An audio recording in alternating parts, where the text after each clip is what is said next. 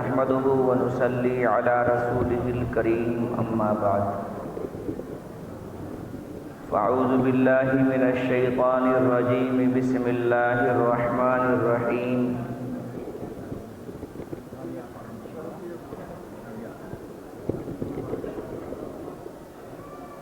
قل إن كنتم تحبون الله فاتبعوني يحببكم الله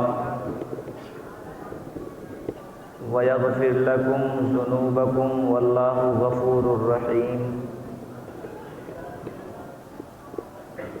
صدق اللہ العظیم وقال النبی الکریم علیہ الصلاۃ والتسلیم والذی نفسی بیدہ لا یؤمن احدکم حتی اکون احب الیہ من والدہ وولدہ والناس اجمعین او کما قال علیہ الصلاۃ والتسلیم۔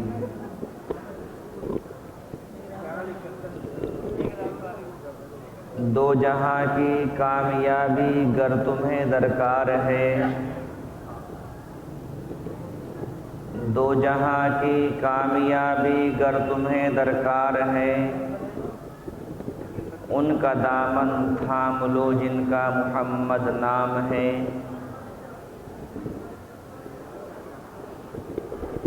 حضرات، علماء عظام، سامعین کرام، پیارے بچوں اور بزرگان اسلام، آج الحمدللہ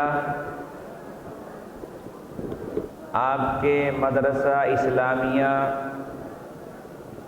اصلاح العلوم کا یہ سالانہ اجلاس منعقد ہوا،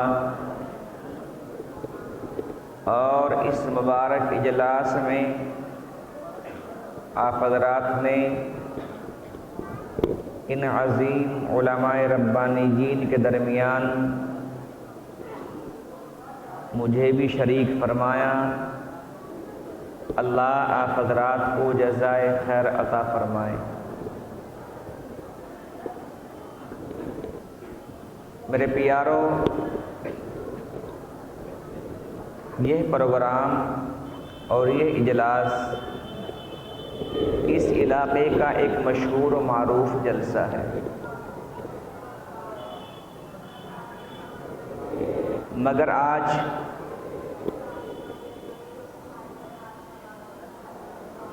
اس جلسے کی تعداد یہ کہہ رہی ہے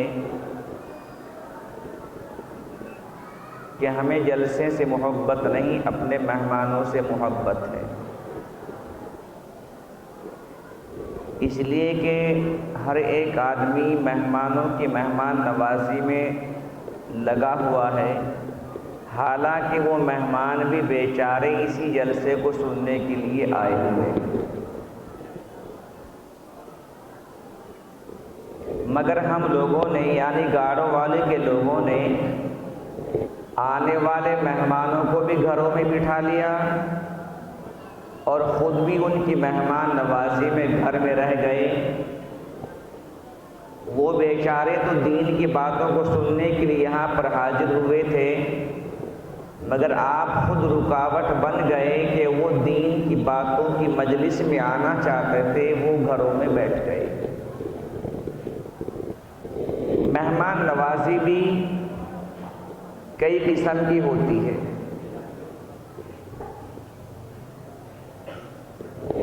ایک مہمان نوازی ہوتی ہے کہ مہمان آئے، اس کے اعتبار سے اس کا استقبال کیا جائے۔ ایک مہمان نوازی ہوتی ہے کہ مہمان آیا اور اس کے آنے کے ساتھ ساتھ ہم نے کھانے اور ناشتے کا انتظام کیا، مگر سب سے بڑی مہمان نوازی کیا ہے کہ سب سے بڑی مہمان نوازی یہ ہے کہ مہمان کی باتوں کو مان لیا جائے۔ مثال کے طور پر ایک مہمان آیا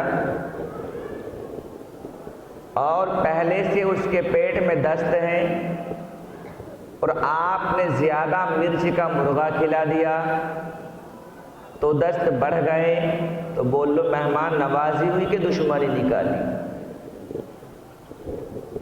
ایک مہمان نوازی یہ ہے کہ مہمان آیا اور آنے کے بعد بیٹھا اور آپ نے معلوم کیا کہ مسٹر کیا کھاؤ گے، کہ مجھے فلاں چیز پسند ہے تو آپ نے بنائی اس سیکنڈ کلاس سے۔ ایک مہمان نوازی ہے کہ مہمان کو جو وہ کہہ رہا ہے اس کے کہنے کے مطابق کر دیا جائے، تو وہ اس کے لیے اعلیٰ قسم کی مہمان نوازی ہے، یعنی اس کی خدمت اس کے اعتبار سے کی جائے۔ آج یہاں کے جتنے بھی مہمان ہیں، وہ علماء ہوں، وہ صلحاء ہوں، وہ عوام ہوں، یہاں کے اور باقی رشتہ دار ہوں، وہ تمام کے تمام اس جلسے کو سننے کے لیے حاضر ہوئے ہیں۔ آج سب سے پہلی اور سب سے بڑی مہمان نوازی یہ ہے کہ مہمان بھی یہاں پر آئیں اور میزبان بھی یہاں پر تشریف لائے، تاکہ ان کی مہمان نوازی کا حق ادا ہو جائے۔ اس لیے میں تمام گاؤں والوں سے، اپنے تمام مہمانان کرام سے یہ درخواست کروں گا کہ اب وہ اپنے تمام کاموں سے فارغ ہو کے جلسہ گاہ میں تشریف لے آئیں، اس لیے کہ ہم تمام کے بڑے اور اس جلسے کی آخری کڑی حضرت مولانا محمد انعام اللہ صاحب تشریف لانے والے ہیں، اور وہ جیسے ہی حاضر ہو جائیں گے ان کے آنے سے پہلے ہی میری رخصتی ہو جائے گی۔ اس لیے تمام حضرات سے گزارش یہ ہے کہ ہر ایک آدمی اب جلسے گاہ میں آنے کی کوشش کریں، تاکہ جس کام کے لیے آئے تھے وہ مقصد ہمارا حل ہو جائے اور ہمارا مقصد پورا ہو جائے۔ رات سے آپ اپنے اس پروگرام کو سماعت فرما رہے ہیں، یہاں کے کچھ لوگوں کا اور خاص طور سے اس مدرسے کے ناظم اعلیٰ حضرت مولانا مفتی حسین صاحب کا میرے پاس فون یہ پہنچا کہ آپ کو دونوں نشستوں میں شریک رہنا ہے، یعنی آپ رات میں بھی آئیں اور دن میں بھی بیان کیے۔ میں نے کہا مجھے گاڑو والی سے محبت تو اتنی ہے کہ میں 2 بیان نہیں 4 کر کے آ جاؤں، مگر میں دہرادون میں ہوں، انشاءاللہ ٹائم سے پہلے پہنچ جاؤں گا اور انشاءاللہ صبح کی نشست میں میری حاضری ہو جائے گی۔ میں ان تمام پہاڑیوں کو پار کرتا ہوا آپ کے یہاں پہنچ گیا ہوں، مگر یہاں کی تعداد اب بھی یہ کہہ رہی ہے مولانا ارشاد صاحب، یہاں کے لوگوں کو یا تو دین کی باتوں سے محبت نہیں رہی یا آج ان لوگوں کے پاس ٹائم نہیں رہا۔ میں تو پرانے زمانے کی وہی بات کروں گا جس کے بارے میں آج مجھے کہا بھی گیا ہے کہ ایک وہ واقعہ سنا دیا جائے جو بہت پرانا ہو گیا ہے۔ میں یہی کہوں گا جب بھی آپ حضرات جلسہ کریں تو 3 باتوں میں سے سامنے ایک رکھ دیا کریں۔ یا تو آج کے دور میں انسانوں کو لالچ دے دیا جائے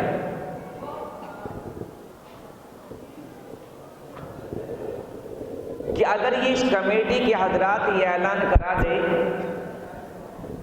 کہ ہمارے مدرسے کا جلسہ ہوگا اور جو اس میں شام سے فجر تک اور فجر سے مغرب تک شرکت فرمائے گا، ہم ہر ایک آنے والے بندے کو 1000 روپے انعام کے دیں گے۔ تو بولو اپنی ایمانداری سے پورے علاقے کے لوگ یہاں پر موجود ہوتے کہ نہ ہوتے؟ یا خوف دے دیا جائے؟ اگر ہمارے اس پردیش کے مکھیہ منتری جی یہ اعلان کرا دیں کہ ہردوار یا جوالہ پور کی تمام عوام کو میرے بھاشن کو سننے کے لیے فلاں تاریخ میں فلاں میدان میں اکٹھا ہونا ہے، اور جو شریک نہیں ہوگا ہم اس کو 3 مہینوں تک سزا بامشقت دیں گے۔ تو وہ لوگ ایمانداری سے پورے علاقے کے لوگ پہنچتے کہ نہ پہنچتے، جیسا کہ آپ حضرات نے سنا بھی ہوگا کہ ایک پنڈت جی پیپل کے درخت کے نیچے بیٹھے ہوئے، اور پیپل کے درخت پہ ایک پرندہ بیٹھا ہوا کچھ بول رہا تھا۔ راستے سے ایک ملا جی بھی آ رہے تھے۔ پنڈت جی نے کہا ہے ملا جی ادھر آؤ، کہ جی بھائی یہ بتاؤ یہ جو پرندہ بیٹھا ہوا ہے یہ کیا کہہ رہا ہے؟ ملا جی نے پرانی مثال کے مطابق کہا یہ کہہ رہا ہے سبحان تیری قدرت، سبحان تیری قدرت، سبحان تیری قدرت۔ پنڈت نے کہا بالکل غلط، کیا آپ بتا دو؟ تو پنڈت نے کہا یہ کہہ رہا ہے سیتا رام دشرتھ، سیتا رام دشرتھ، سیتا رام دشرتھ۔ دونوں میں ہو گئی کھٹ پٹ، لڑنے لگے۔ اتنے میں ایک سبزی بیچنے والا بھی آ رہا تھا۔ اس نے کہا یار دلیپ کمار عبد الرحمان کی لڑائی ہو جاوے تو کرفیو لگ جاوے، یہاں تو ملا اور پنڈت لڑ رہی، نہ معلوم کیا حال برپا ہوگا، چلو پہلے ان کی لڑائی ختم کرتے ہیں بعد میں سبزی بیچیں گے۔ پوچھا بھیا کیوں لڑ رہے ہو؟ کہ جی ملا جی سے معلوم کہ پرندہ کیا کہتا ہے، تو ملا جی کہتے ہیں سبحان تیری قدرت، اور میں نے اپنی کتابوں میں دیکھا ہے یہ کہتا ہے سیتا رام دشرتھ۔ سبزی والے نے کہا بھیا تم دونوں غلط، کیا بتا دو؟ تو سبزی والے نے کہا کہ نہ یہ کہتا ہے سبحان تیری قدرت، نہ کہتا ہے سیتا رام دشرتھ، بلکہ یہ کہہ رہا ہے گاجر مولی ادرک، گاجر مولی ادرک۔ 2 لڑ رہے تھے 3 لڑنے لگے۔ اتنے میں قریشی گوشت لے کر آ رہا تھا۔ اس نے کہا یار سبزی پہ تو 2-4 روز پانی بھی ڈال کے بچا سکے، تیرے پاس تو ایسی چیز ہے کہ 24 گھنٹے میں سڑ جائے گی، چلو پہلے کی لڑائی ختم کرتے ہیں۔ پوچھا بھیا کیوں لڑ رہے ہو؟ کہ جی ملا جی سے معلوم کہ پرندہ کیا کہتا ہے، تو ملا جی کہتے ہیں سبحان تیری قدرت، اور یہ پنڈت جی کہتے ہیں سیتا رام دشرتھ، یہ سبزی والا کہتا ہے گاجر مولی ادرک۔ قصائی نے کہا بھیا تم تینوں غلط، کہ آپ بتا دو؟ تو قصائی نے کہا کہ نہ یہ کہتا ہے سبحان تیری قدرت، نہ کہتا ہے سیتا رام دشرتھ، نہ کہتا ہے گاجر مولی ادرک، بلکہ یہ کہہ رہا ہے سیری پائے ڈھک رکھ، سیری پائے ڈھک رکھ۔ 4 لڑنے لگے۔ اتنے میں ایک پہلوان ڈنڈا اس کے ہاتھ میں وہ بھی آ رہا ہے۔ اس نے کہا بھیا کیوں لڑ رہے ہو؟ تو چاروں نے اپنی اپنی کتھا سنائی۔ ملا جی کہتے ہیں سبحان تیری قدرت، پنڈت جی کہتے ہیں سیتا رام دشرتھ، سبزی والا کہتا ہے گاجر مولی ادرک، یہ قصائی کہتا ہے سیری پائے ڈھک رکھ۔ پہلوان نے کہا بکواس بند کرو، تم چاروں غلط، کیا بتا دو؟ تو پہلوان نے ڈنڈا ہاتھ میں لے کر کہا کہ نہ یہ کہتا ہے سبحان تیری قدرت، نہ کہتا ہے سیتا رام دشرتھ، نہ کہتا ہے سیری پائے ڈھک رکھ، بلکہ یہ کہہ رہا ہے اٹھک بیٹھک کثرت، اٹھک بیٹھک کثرت، اٹھک بیٹھک کثرت، یا تو مان لو ورنہ یہ رکھا لٹ۔ گاڑو والی کے مسلمانوں، اطراف و اکناف سے آئے ہوئے شمع رسالت کے پروانوں، سب نے قبول کیا کہ آپ نے بالکل صحیح کہا۔ تو معلوم یہ ہوا آج کا انسان یا مانتا ہے ڈنڈے کے زور سے، اور یا انسان مانتا ہے رشتہ داری کے ناطے۔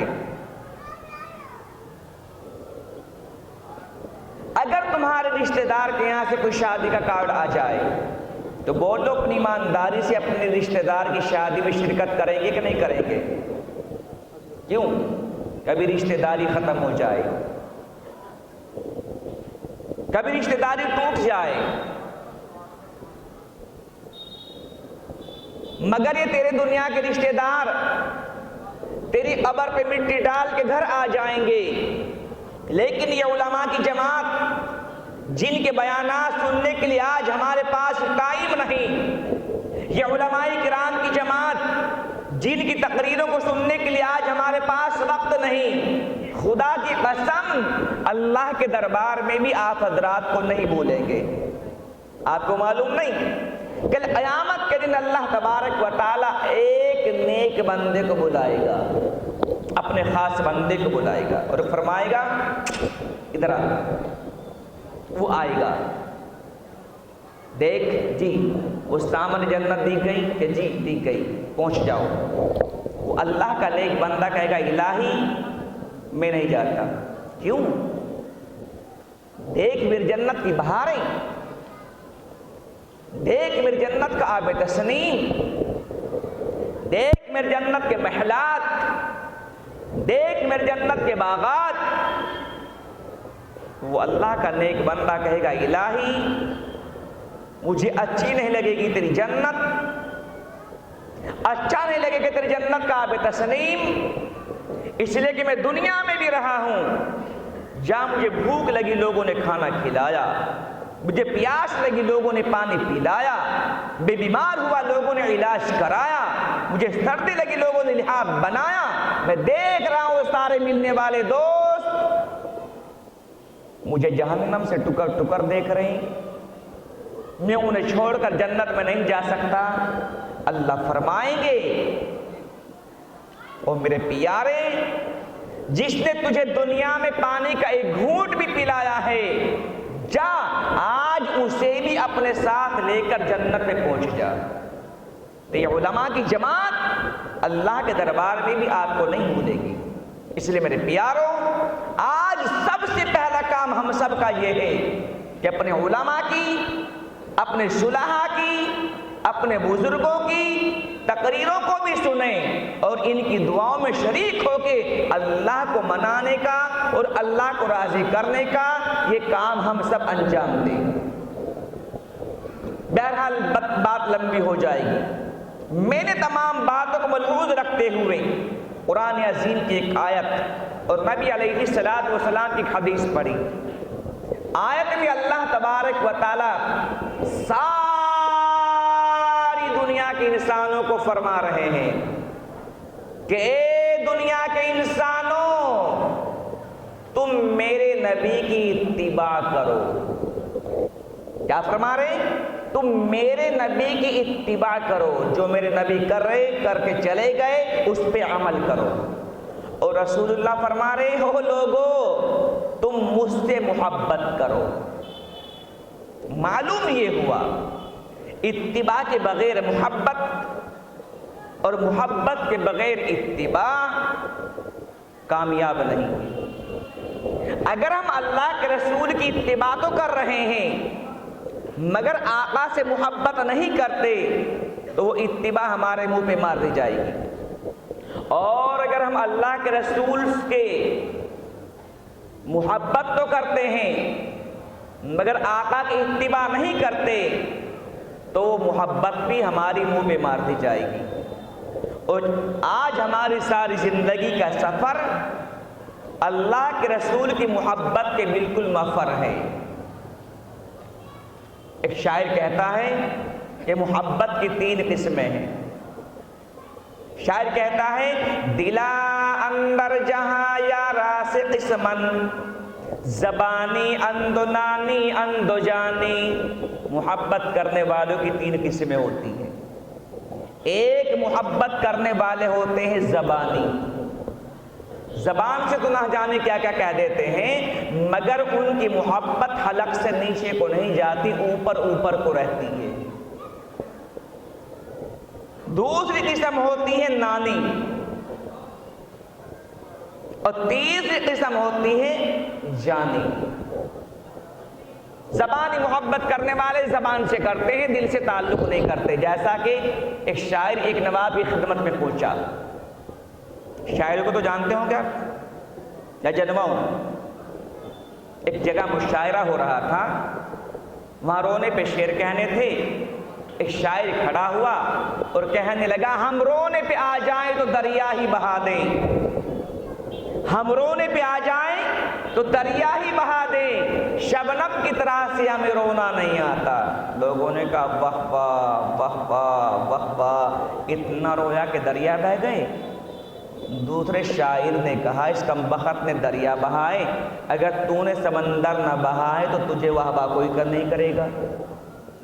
مگر تھا وہ بھی شاعر اور کھڑا ہوا کہنے لگا رات میں اس قدر رویا ہجر یار میں، رات میں اس قدر رویا ہجر یار میں، 100 سمندر لاکھ ندیاں 900 نالے بہہ گئے.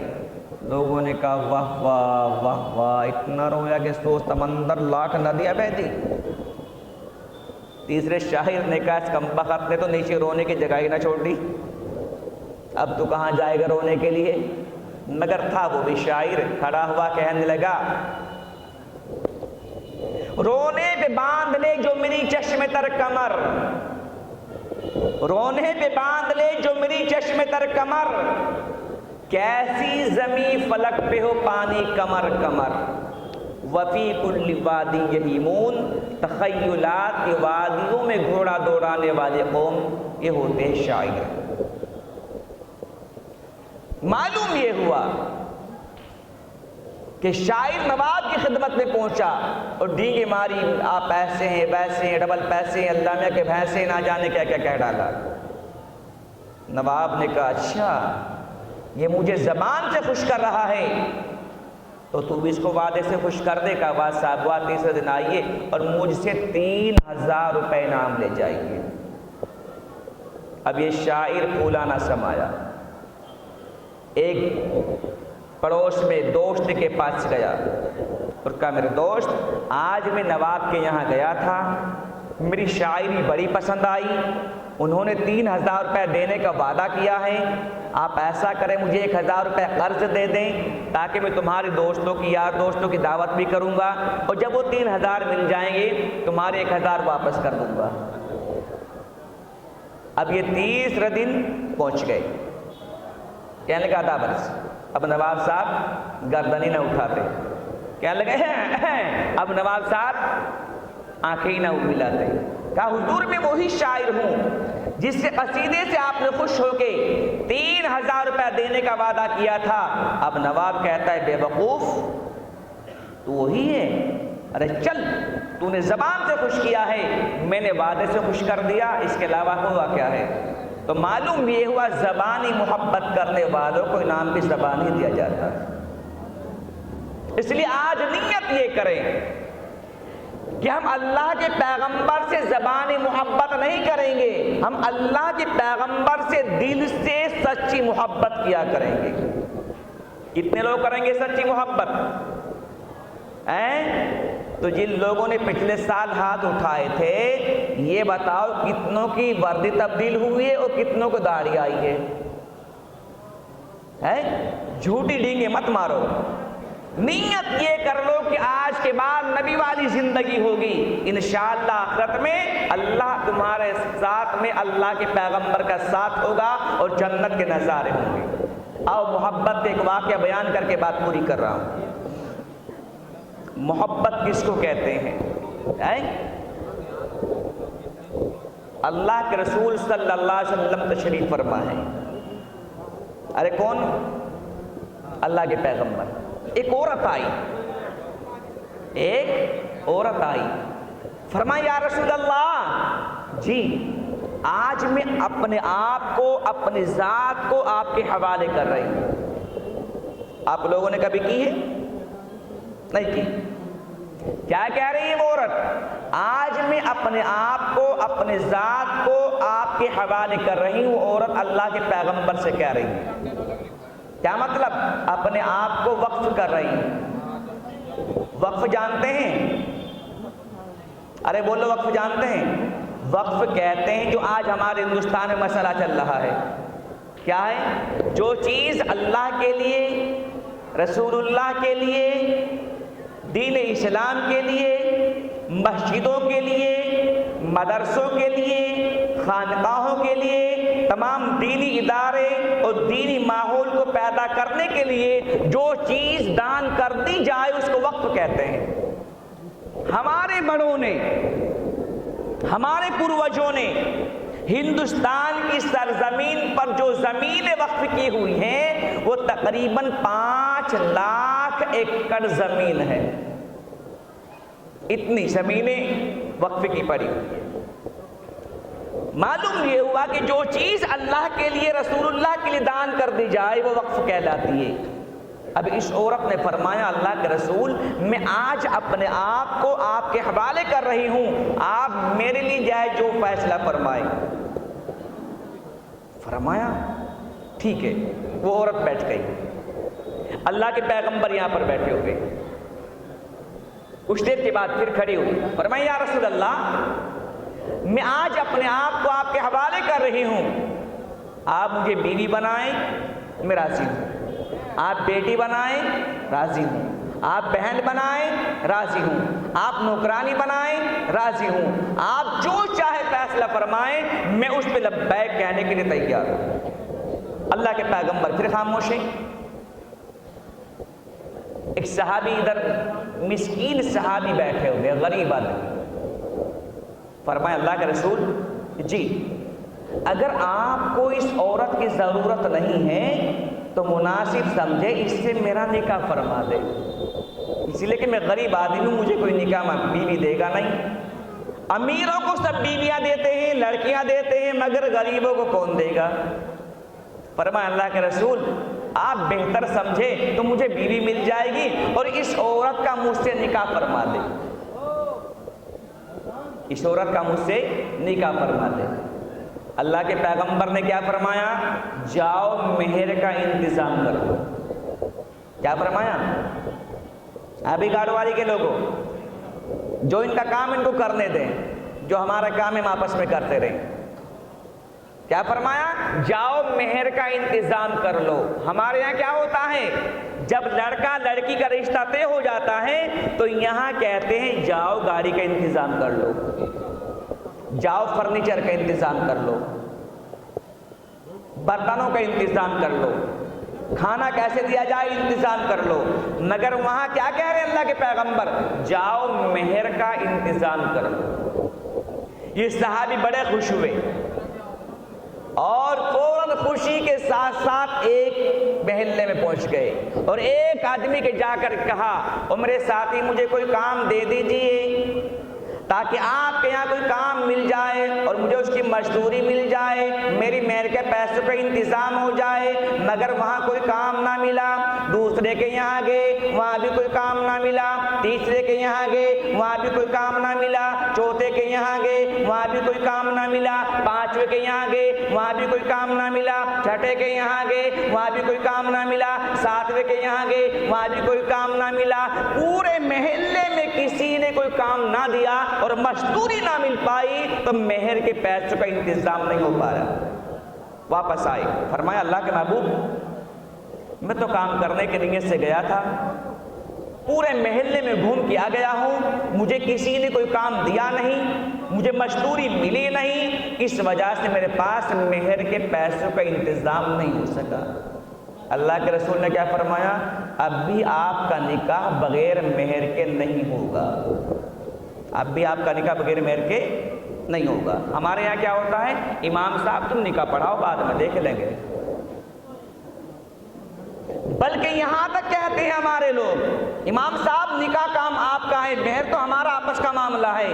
مہر ہمارا آپس کا معاملہ نہیں ہے، مہر لڑکا لڑکی کا آپس کا معاملہ نہیں ہے، مہر تو شریعت کا معاملہ ہے۔ گاڑی ملے یا نہ ملے، برتن ملے یا نہ ملے، کپڑا ملے یا نہ ملے، زیورات ملے یا نہ ملے، فرنیچر ملے یا نہ ملے، مگر مہر دینا ضروری ہے۔ بغیر مہر کے نکاح ہو رہے ہیں۔ بتا دیا, ادھار مہر ہو گیا. اب باپ ملنے جلنے والے رشتہ دار کہتے ہیں لڑکے سے جاؤ معاف کرا لینا.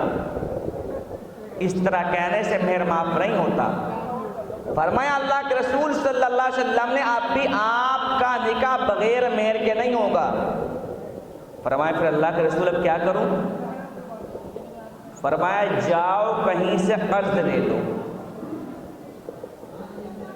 یہ دیکھیے کمال, جاؤ کہیں سے قرض لے لو, بغیر مہر کے نکاح نہیں ہوگا. ہمارے یہاں مہر کا خیال بھی نہیں ہے. ہمارے یہاں ہر چیز یاد ہے, دو چیز ہماری شادیوں میں یاد نہیں ہے, نہ وراثت یاد ہے نہ مہر یاد ہے. وراثت کس کو کہتے ہیں؟ لڑکا اور لڑکی دونوں بھائی بہنوں کو بٹھاؤ, جتنا لڑکی کا حصہ بن رہا ہے اتنا جتنا لڑکے کا بن رہا ہے اس کو دینے کی کوشش کریں. ہم جہیز میں زیادہ دے رہے ہیں, وراثت کا نام نہیں ہے. معلوم یہ ہوا ہے وراثت جب تک نہیں جائے گی ہمارے اندر انسانیت نہیں آئے گی. دو آدمی چلے ہوئے جا رہے ہیں, کسی نے معلوم کیا کہ کہاں جا رہے ہو, کہ ہماری بہن کی شادی ہے, جہیز میں دینے کے لیے کار خریدنے جا رہے ہیں. دو آدمی چلے ہوئے اور جا رہے ہیں کہ تم کہاں جا رہے ہو, کہ ہماری بھتیجی کی شادی ہے, کپڑا خریدنے جا رہے ہیں. دو آدمی چلے ہوئے اور جا رہے ہیں کہ تم کہاں جا رہے ہو, ہماری بھانجی کی شادی ہے, ہم فرنیچر خریدنے جا رہے ہیں. ایک میاں اور بیوی اور چلے ہوئے جا رہے ہیں کہ تم کہاں جا رہے ہو, ہماری بیٹی کی شادی ہے, زیورات خریدنے جا رہے ہیں. ادھر سے مفتی حسین صاحب تشریف لا رہے تھے. فرمایا بھائی بیٹی کو جہیز میں دینے کے لیے کار کا انتظام بھی ہو گیا, گاڑی کا انتظام بھی ہو گیا, فرنیچر کا انتظام بھی ہو گیا, کپڑوں کا انتظام بھی ہو گیا, اور اسی طرح زیورات کا انتظام بھی ہو گیا. کیا تم لڑکی کو جہیز میں دینے کے لیے قرآن شریف بھی لائے؟ تو مسلمان کہتے ہیں وہ تو یاد ہی نہیں رہا ہے. کیا لڑکی کے نکاح کے وقت میں لڑکے کو دینے کے لیے مہر کا انتظام بھی کیا ہے؟ مولانا وہ تو ادھار ہو جائے گا. ہر چیز آ رہی ہے, لڑکی کو زیادہ سے زیادہ جہیز دیا جا رہا ہے. کاش کہ اگر ان لڑکیوں کو جہیز کی جگہ ہم ان لڑکیوں کو وراثت دینا شروع کر دے تو خدا کی قسم مال کم جائے گا, ثواب زیادہ آئے گا. آج مال زیادہ جا رہا ہے, ثواب ختم ہو رہا ہے.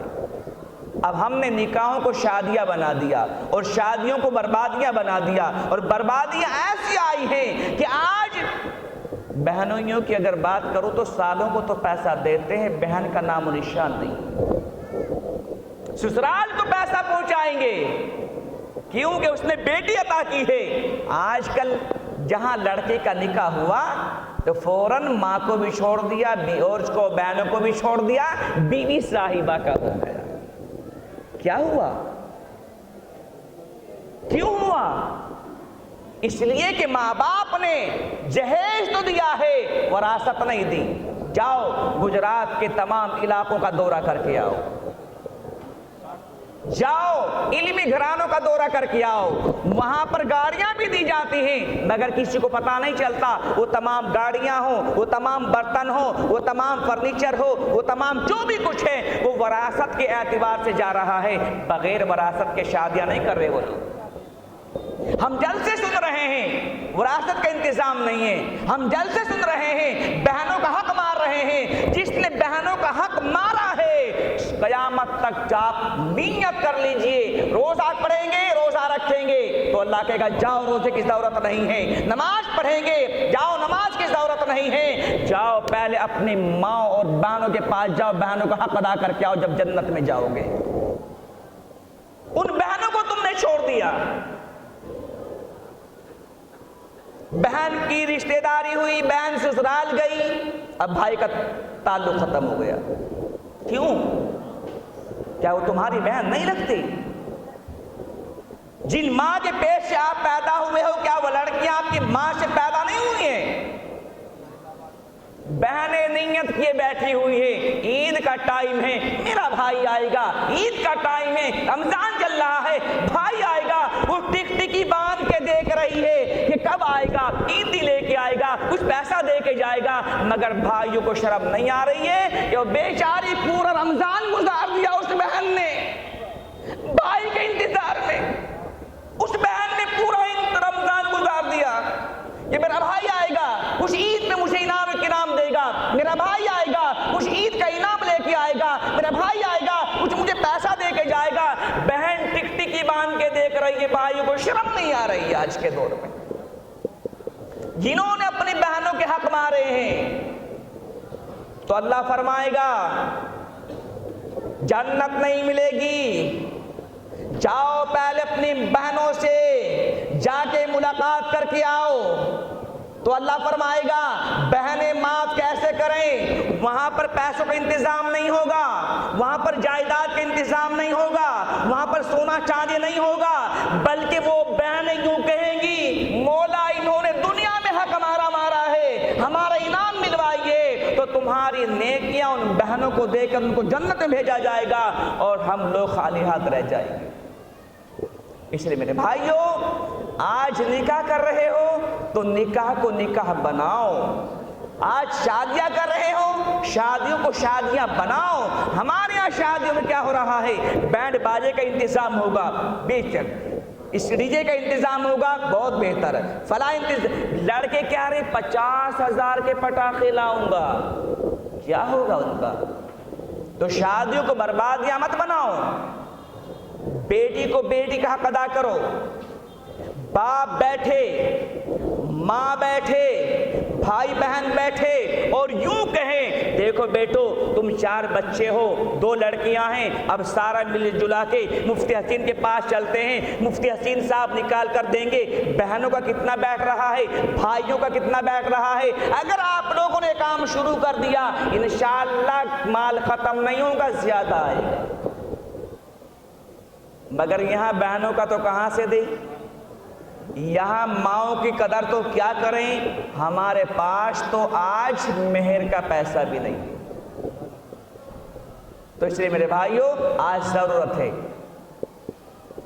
نہ آج ہماری نکاحوں کے ٹائم شریعت یاد رہتی ہے، نہ علماء یاد رہتے ہیں، نہ مہر یاد رہتی ہے، نہ ہمارے ساتھ میں پھر شادیوں کے ٹائم میں وراثت یاد رہتی ہے۔ بس ایک دھن ہے، بیٹے کا شوق ہے جی تھوڑا سا پٹاخے پٹکانے دو، یہ شوق نہیں ہے، یہ بربادیاں ہیں، یہ شوق نہیں ہے، یہ بربادیاں آ رہی ہیں۔ آؤ ذرا دیکھیں شوق کس کو کہتے ہیں۔ اتنے حضرات بیٹھے ہوئے ہو، اپنی ایمانداری سے ایک سوال کا جواب دو، بات پوری کر رہا ہوں۔ بولو فلسطین کو کتنے دن ہو گئے لڑائی میں؟ ہاں بھیا، ابھی گاڑو والی کے لوگوں، ادھر ادھر سے آنے والے مہمانوں، تقریباً 1.5 سال ہونے کو۔ کتنا؟ آخر کار وجہ کیا ہے؟ کہ ان کے ایمان مضبوط ہیں، ان عورتوں کے ایمان مضبوط ہیں، ان کے بچوں کے ایمان مضبوط ہیں، ان کے بڑوں کے ایمان مضبوط ہیں۔ آخر وجہ کیا ہے؟ جب اس وجہ کو دیکھا گیا ہے تو فلسطین میں 23 لاکھ انسان رہتے ہیں۔ کتنے؟ اے بھیا سن رہے ہو کیا؟ اٹھ کے چلا جاؤں۔ 23 لاکھ، اور ان میں 22 لاکھ حافظ قرآن ہیں۔ حساب لگائیے آپ، ان میں 22 لاکھ حافظ قرآن ہیں۔ آج ہمارے گھر قرآن سے خالی ہو گئے، آج ہمارے در قرآن سے خالی ہو گئے، آج ہمارے محلے قرآن سے خالی ہو گئے، آج ہمارے کلچر سے قرآن نکل چکا ہے۔ معلوم یہ ہوا ہے اللہ تعالیٰ نے اس قوم کو چھوڑ دیا ہے۔ بغداد میں شادی ہوئی، بادشاہ کے لڑکا جوان ہوا تو شادی کا انتظام کر رہا ہے، اعلان کیا وزیر ادھر آؤ، درباریوں ادھر آؤ، سب کھڑے ہو جاؤ۔ بادشاہ کے سامنے کھڑے ہوئے، فرمایا مجھے اپنی بیٹی کا رشتہ، اپنے بیٹے کا رشتہ کرنا ہے، کوئی لڑکی تلاش کرو۔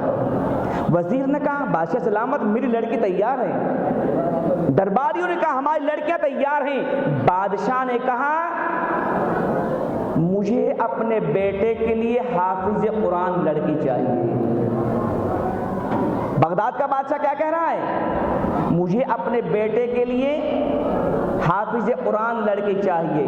ہمارا آج کا سماج کیا کہہ رہا ہے؟ مجھے بیٹے کے لیے ڈاکٹر نہیں چاہیے، مجھے بیٹے کے لیے ماسٹر نہیں چاہیے، مجھے بیٹے کے لیے وہ MBBS چاہیے، مجھے بیٹے کے لیے MAS چاہیے، مجھے بیٹے کے لیے کمائی کرنے والی چاہیے۔ جو مرد عورتوں کی کمائی کھائیں گے وہ مرد ڈوب کے مر جائے بہتر ہے، وہ مرد ڈوب کے مر جائیں تو بہتر ہے۔ اس لیے میرے بھائیوں، بغداد کے بادشاہ نے اعلان کیا کہ ہم اپنے بیٹے کی شادی کو کہاں کریں گے؟ ہم کریں گے اس لڑکی سے جو حافظ قرآن ہوگی۔ فرمایا جی کیسے کریں؟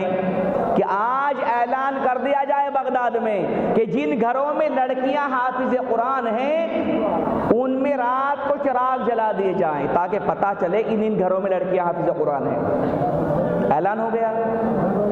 اعلان کے بعد رات کو بادشاہ نکلا، گلیوں سے گزر رہا ہے، گاڑوں والی کے مسلمانوں، ادھر ادھر سے آنے والے مہمانوں، بغداد میں کوئی بھی گھر ایسا نہیں تھا جس گھر میں چراغ نہ جل رہا ہو۔ معلوم یہ ہوا ہر گھر میں لڑکیاں حافظ قرآن ہوتی تھی، ہر گھر میں لڑکیاں حافظ قرآن ہوتی تھی۔ بادشاہ کو حیرت بھی ہوئی اور خوشی بھی ہوئی، کہا یا اللہ تیرا شکر ہے کہ بغداد میں ہر گھر میں لڑکیاں حافظ قرآن ہیں۔ تو آج بادشاہ نے سوال بدل دیا اور یہ کہا دیکھو آج اعلان یہ کرنا ہے کہ جن گھروں میں لڑکیاں موطا امام مالک، آپ اتنے بیٹھے ہوئے ہو، نام جانتے ہو کتاب کا؟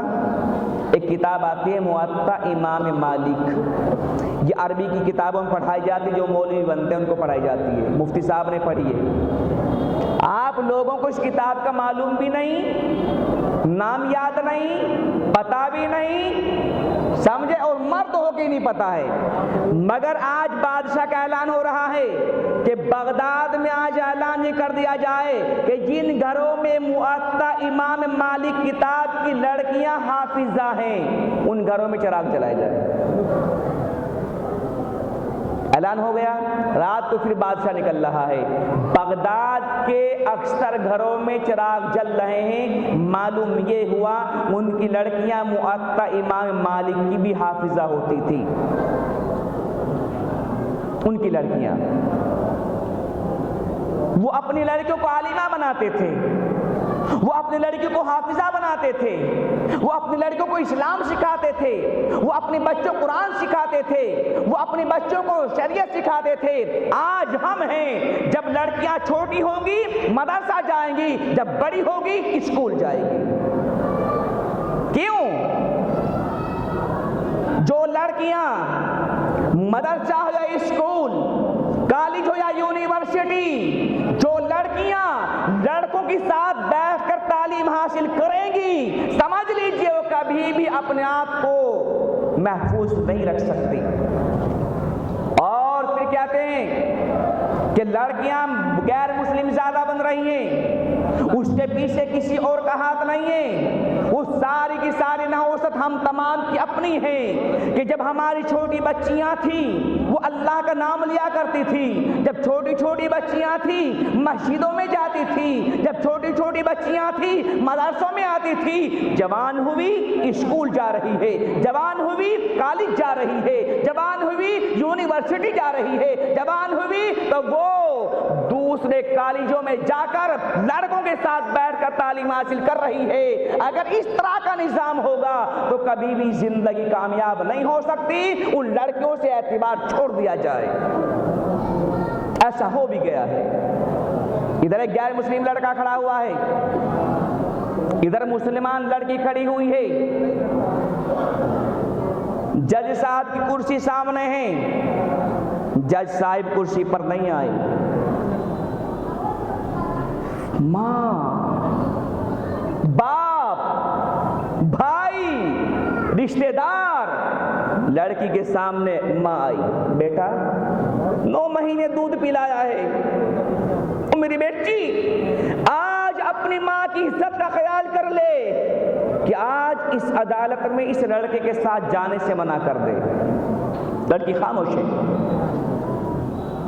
باپ آیا، بچی ساری کمائی کرتا ہوں تمہیں تعلیم دینے کے لیے، کمائی کرنے جاتا ہوں خود نہیں کھاتا ہوں تمہیں پڑھانے کے لیے، اور میری ساتھ جانے سے منع کر دے۔ بیٹی خاموش ہے، بھائی کھڑا ہوا۔ میری بہن، لوگ مجھے کہا کریں گے تو بھی بولتا ہے، تیری بہن تو کل فلاں کے ساتھ بھاگ گئی تھی، آج زبان سے کہہ رہا ہے۔ میری بہن، ہاتھ جوڑتا ہوں، ساری زندگی تیری غلامی کروں گا، آج اس لڑکے کے ساتھ جانے سے منع کر دے۔ جج آ گیا، جج آ گیا، کہے لڑکی تو عاقلہ ہے، بالغہ ہے، آج اگر آپ اس عدالت میں اس لڑکے کے ساتھ جانا چاہیں گی تو ہم لکھ کر دیں گے، تمہارا کوئی کچھ نہیں بگاڑ سکتا، اور اگر آج آپ اپنے ماں باپ کے ساتھ واپس جانا گھر چاہتی ہو تو ہم لکھ کر دیں گے، جب بھی کوئی تمہارا کچھ نہیں بگاڑ سکتا، بتاؤ کہاں جانا چاہتی ہو۔ سارے تسبیح پڑھ رہے، دروازے بند ہو چکے توبہ کے، اللہ سے لو لگا رہے۔ اللہ نے کہا نکالو میرے گھر سے۔ لڑکی نے کہا جج صاحب، کل بھی میں اس لڑکے کے ساتھ تھی، آج بھی اسی کے ساتھ ہوں، باقی زندگی بھی اسی کے ساتھ گزارنا چاہتی ہوں۔ تو ماں نے سنا، ماں بے ہوش ہو کے گر گئی۔ باپ نے سنا، باپ کی چیخیں نکل گئی، بھائی چیخیں مار کے رو رہا ہے، رشتہ دار سارے کے سارے پریشان ہیں کہ اس لڑکی نے آج ذلیل کر دیا ہے۔ لیکن اگلا جو جملہ کہا ہے، مسلمانوں اگر اس لڑکی کا جملہ سننے کے بعد ہمیں پھر بھی غیرت نہیں آتی تو ان لڑکیوں کو قصور نہیں ہے، تو قصور ہم تمام کا اپنا ہے۔ اس لڑکی نے کہا جج صاحب، میرے بولنے پر میری ماں بے ہوش ہو گئی، میرے بولنے پر میرے باپ کی چیخیں نکل گئی، میرے بولنے پر میرا بھائی چیخیں مار کے رو رہا ہے، لیکن یہ وہی ظالم سماج کے ٹھیکیدار میرے ماں باپ ہیں جنہوں نے مجھے اس کے ساتھ جانے پر مجبور کیا ہے۔ کیوں؟ کہ یہ وہی ماں باپ ہیں جو کل مجھے اس لڑکے کی موٹر سائیکل پر بٹھا کر اسکول بھیجا کرتے تھے، یہ وہی ماں باپ ہیں جو کل مجھے اس لڑکے کے پیچھے بٹھا کر بازاروں میں گھومنے کی اجازت دیتے تھے۔ اگر کاش مجھے اس لڑکے کی موٹر سائیکل پر بیٹھنے کا پہلے موقع نہ ملتا تو میں کبھی اس کے ساتھ نہ جاتی۔ کاش میرے سینوں میں قرآن ہوتا تو قرآن میری آواز کو بند کر دیتا۔ اگر میرے ہاتھ میں قرآن کی تعلیم ہوتی تو آج مجھے اس عدالت میں بیٹھ کر اور کھڑے ہو کر بولنے کی جرأت نہ ہوتی۔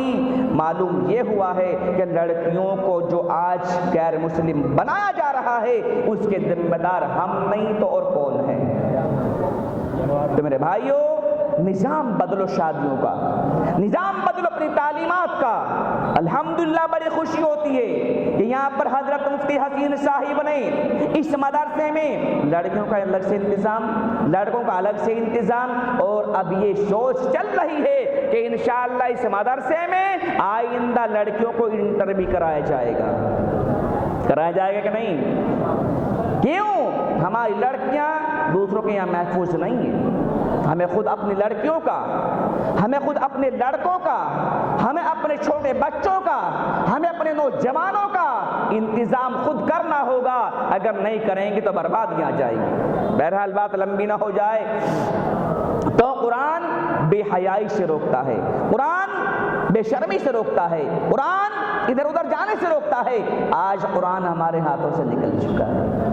بہرحال بات لمبی نہ ہو جائے، فرمایا جاؤ مہر کا انتظام کر لو۔ اس سے کہا ان صحابی سے اللہ کے پیغمبر صلی اللہ علیہ وسلم نے فرمایا، اللہ کا رسول مزدوری کرنے گیا تھا، مہر کا انتظام نہیں ہو پایا، کہ جاؤ کہیں سے قرض لے لو۔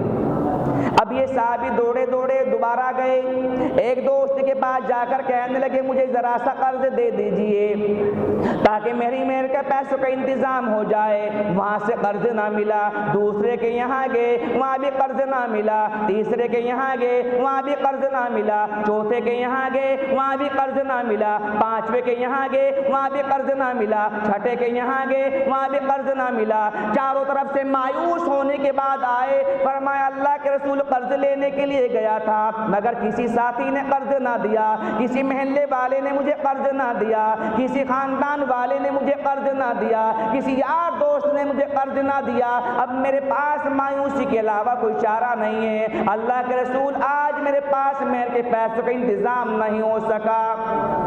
اللہ کے پیغمبر نے فرمایا تمہارا نکاح اب بھی بغیر مہر کے نہیں ہوگا۔ ہم لوگ تو بغیر مہر کے چل رہے، بعض بات تو 70 سال کے بوڑھے ہو گئے ہوں گے، مہر آج تک نہیں دی ہوگی بیوی کی۔ فرمایا تمہارا نکاح بھی بغیر مہر کے نہیں ہوگا۔ انہوں نے کہا بھائی بیوی ہے شاید آج بھی قسمت میں نہیں ہے، چل دی۔ اب یہ صحابی جب اٹھ کر چلنے لگے، اللہ کے پیغمبر نے فرمایا آجا۔ جی یا رسول اللہ، مزدوری نہیں ملی؟ کہ جی نہیں ملی۔ اچھا، قرض بھی نہیں ملا؟ کہ قرض بھی نہیں ملا۔ اچھا یہ بتاؤ تمہارے پاس کچھ ہے ہی نہیں ہے جو مہر دے دیا جائے؟ ان صحابی نے فرمایا اللہ کے رسول کچھ بھی نہیں ہے، بس یہ لنگی ہے۔ لنگی سمجھتے ہیں؟ لنگی سمجھتے ہیں؟ تہبند۔ ایسا کریں آدھی پھاڑ کے مجھے دے دے اور آدھی پھاڑ کے اس عورت کو مہر میں دے دے، میرے پاس اس کے علاوہ کچھ نہیں ہے۔ اللہ کے پیغمبر نے فرمایا دے تو دیتا مگر آپ کا سطر کھل جائے گا۔ وہاں کپڑے نہیں ہوتے تھے، سطر چھپا کے رکھتے تھے۔ آج ہمارے نوجوانوں پر، ہمارے بزرگوں پر کپڑوں کا بڑا انتظام ہے، مگر پھر بھی سطر سب کے کھل رہے، اکثر کے۔ آپ کہو گے کیسے؟ وہاں انٹرنیشنل لباس کون سا ہوتا تھا صحابہ کرام کا؟ اوپر کرتا نیچے لنگی، اسپیشل کلاس۔ دوسری کلاس کیا ہوتی تھی؟ اوپر بھی چادر نیچے بھی چادر، جیسے احرام کی حالت۔ مگر ان صحابی کے پاس نہ کرتا ہے نہ دوسری چادر ہے، ایک چادر ہے۔ فرمایا اللہ کے رسول اس چادر میں سے آدھی مہر میں دے دو اور آدھی میں کر لوں گا، میں سطر کھل جائے گا۔ ہمارے یہاں کیا ہوتا ہے؟ لڑکے آئیں گے کمائی کر کے، ماشاءاللہ فصل بہت اچھی ہوئی، یا اللہ تیرا شکر ہے، میرا بچہ دبئی سے آیا ہے، میرا بچہ امریکہ سے آیا ہے، میرا بچہ لندن فرانس انگلینڈ سے آیا ہے۔ مفتی صاحب کے پاس آئے گا شروع میں، مفتی صاحب جی آپ دیکھتے رہنا، اس مرتبہ عید پہ ایسے کپڑے لاؤں گا جو پوری گاڑوں والی میں میرا مقابل کوئی نہیں ہوگا۔ مفتی صاحب کو کیا مطلب؟ لے آؤ بھائی۔ اب وہ گیا روڑکی کے بازار میں، جوالہ پور کے بازار میں، اور 5000 کی پینٹ لایا، 3000 کی ٹی شرٹ خریدی، 2000 کے جوتے خریدے، 10,000 کا لے کر مفتی صاحب کے پاس، یہ دیکھو۔ مفتی صاحب نے کہا بھائی دیکھو ایسا کرنا، نماز مت چھوڑنا، نماز میں ضرور حاضر ہونا۔ کہ جی نماز ہی میں تو دکھاؤں گا لوگوں کو۔ اب یہ بیچارہ نماز پڑھنے آیا عید کی، توفیق کبھی نہیں، نہ رمضان کی نہ جمعے کی، عید کی پہ آیا، نیت باندھی اللہ اکبر، ثنا ہوئی، الحمد شریف، اس کے بعد قرات، اس کے بعد رکوع میں گئے۔ جاتے کہ نہیں جاتے رکوع میں؟ رکوع میں گئے، پھر سجدے میں گئے۔ جب سجدے میں گئے تو پینٹ نیچے کو ہو گئی، ٹی شرٹ اوپر کو ہو گئی، اور 22 نمبر گیٹ کھل گیا۔ یہ جو 22 نمبر گیٹ کھلا، نماز ٹوٹ گئی۔ سمجھے میری بات؟ پینٹ نیچے کو ہوتی ہے کہ نہیں ہوتی؟ یقین نہیں آتا، جمعے کی نماز ہے، پیچھے سے فوٹو کھینچ لینا، آدھوں کے باردانے نظر آئیں گے۔ یہ جو نیچے کو پینٹ ہوئی، ٹی شرٹ اوپر کو ہوئی، اور 22 نمبر گیٹ کھلا، نماز ٹوٹ گئی۔ اپنی ایمانداری سے بتاؤ، وہ جو 10,000 روپیہ خرچ کر کے آئے تھے، بولو ان کا کیا فائدہ ہوا؟ میں پینٹ کا، ٹی شرٹ کا، کسی کے لباس کا منکر نہیں ہوں۔ آپ پینٹ پہنیے، ٹی شرٹ پہنیے، کرتا پائجامہ پہنیے، جبہ پہنیے، قبہ پہنیے، کچھ اور پہنیے، مگر نماز ایسی حالت میں پڑھیے کہ اس ناف سے لے کر گھٹنوں تک کوئی بھی جگہ کھل نہ جائے۔ اگر کھلے گی نماز ٹوٹ جائے گی۔ ادھر سے کھلے نماز ٹوٹ گئی، سامنے سے کھلے نماز ٹوٹ گئی، بائیں سے کھلے نماز ٹوٹ گئی، پیچھے سے کھلے نماز ٹوٹ گئی۔ فائدہ کیا ہوا ہے ایسے لباس کا جس نے نماز توڑ دی؟ دیکھیے کرتا ہو یا نہ ہو نماز ہو جائے گی، ٹوپی ہو یا نہ ہو نماز ہو جائے گی، سمجھ رہے؟ کرتا ہو یا نہ ہو نماز ہو جائے گی، ٹوپی ہو یا نہ ہو نماز ہو جائے گی، پائجامہ ہو یا نہ ہو نماز ہو جائے گی، سمجھے؟ مگر ایسا مت کر دو کبھی ننگے ہو کے آ جاؤ کل کو کہ مولانا ارشاد بتا کے گئے، مجبوری بیان کر رہا ہوں۔ مگر اگر اس ناف کو شامل کریے، ناف سے لے کر گھٹنوں کو بھی شامل کریے، یہاں تک اگر کوئی بھی جگہ کھل گئی تو نماز ٹوٹ جائے گی۔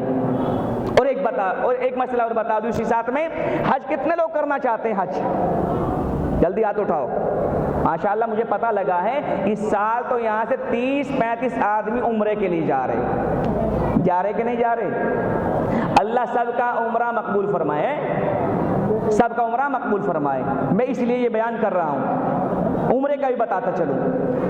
عمرہ کر رہے ہیں ماشاءاللہ، ایجنٹ بھی بہت اچھا دیا اللہ نے آپ کو، ایجنٹ بھی بہت اچھا ہے ماشاءاللہ، کوئی شک کی بات نہیں ہے۔ حضرت قاری مدثر صاحب المدینہ ٹور اینڈ ٹریولز والے بڑی اچھی خدمات پیش کرتے ہیں، میں گیا ہوں ان کے ساتھ میں کئی مرتبہ۔ تو عمرے پہ جا رہے ہیں، اللہ تعالیٰ حج بھی نصیب فرمائیں، اور کچھ لوگ تو شاید مفتی صاحب کو بھی اپنے خرچے سے لے کے جا رہے ہیں، اللہ ان کا دینا مقبول فرمائیں۔ مفتی صاحب طواف کریں گے ثواب ان کو ملے گا، مفتی صاحب صحیح کریں گے ثواب ان کو بھی ملے گا، مفتی صاحب بال کٹوائیں گے عمرے کی نیت سے تو ثواب ان کو بھی ملے گا۔ جو عمل مفتی صاحب کریں گے، جس کا پیسہ مفتی صاحب کے عمرے میں ہوگا، ثواب سب کو ملے گا انشاءاللہ۔ لیکن مجھے بتانا یہ ہے کہ اللہ حج نصیب فرمائیں، اگر احرام باندھنے والے بغیر مولوی کے احرام باندھیں گے اپنی کلاکاری سے تو مشکل ہو جائے گا۔ کہیں گے کیوں؟ میں اس پہ پوری کتاب لکھ چکا ہوں، میں لوگوں کو دیکھتا بھی ہوں۔ ایک تو کبھی بھی حج کا معاملہ ہو یا مسائل کا معاملہ ہو، کبھی اپنے کو مفتی نہ سمجھیں۔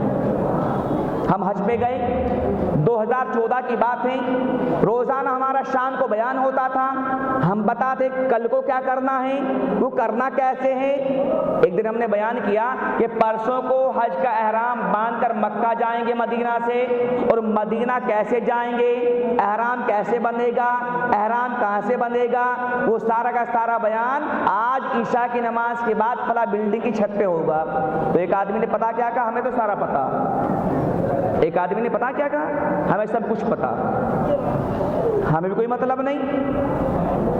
ہم چلے گئے، مختصر یہ ہے، ہم مدینہ سے احرام باندھ کے مدینہ میں 6 کلومیٹر کے بعد ایک جگہ ہے بیر علی، جس کو ذوالحلیفہ بھی کہتے ہیں، وہاں سے حج کا احرام باندھتے ہیں۔ اگر مدینہ سے مکہ جائیں گے وہاں سے احرام باندھیں گے، پھر میقات شروع ہو جائے گی۔ ہم نے احرام باندھا، بس والے سب کا احرام بندھوا دیتے ہیں ماشاءاللہ۔ اب ہم نے عمرہ کر لیا، عمرہ کرنے کے بعد ہم اپنے کپڑوں میں آ گئے۔ جن لوگوں نے یوں کہا تھا ہمیں سب کچھ پتا ہے، انہیں کچھ نہیں پتا تھا۔ اب وہ 3 دن کے بعد یوں کہہ رہے مولانا ارشاد کو ڈھونڈیو کہاں، یہ نہیں بتا رہے کیا ہوا۔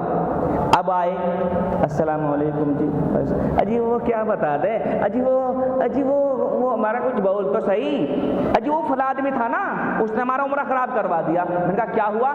اگے جی ہمیں بس والے نے وہاں سے احرام تو بندھوا دیا تھا، اور وہاں سے احرام باندھنے کے بعد ہم نے مکہ میں آ کے اپنی بلڈنگ پہ کھول دیا۔ میں نے کہا تو پھر سارے کے سارے 350 ریال لے آؤ۔ میں نے کہا اینٹ ہے، جو اپنے چلائے گا تمہارے سب کے اوپر دم لازم ہو گیا، اس لیے کہ وہاں سے احرام باندھنے کے بعد بلڈنگ پہ آ کے نہیں کھولنا تھا، وہاں سے احرام باندھنے کے بعد آپ کو بلڈنگ پہ سامان رکھ کے پہلے طواف کرنا تھا، پھر سعی کرنی تھی، پھر عمرے کے نیت سے بال کٹوانے تھے، اس کے بعد آپ حلال ہوتے۔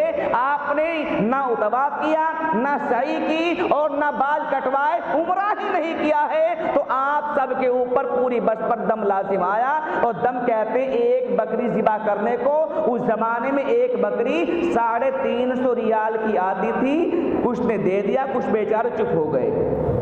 فائدہ کیا ہوا؟ کچھ نے دے دیا شرم کی وجہ سے کہ ہم تو کرنے آئے ہیں، تو بغیر مولویوں کے مسئلہ بیکار ہو جاتا ہے۔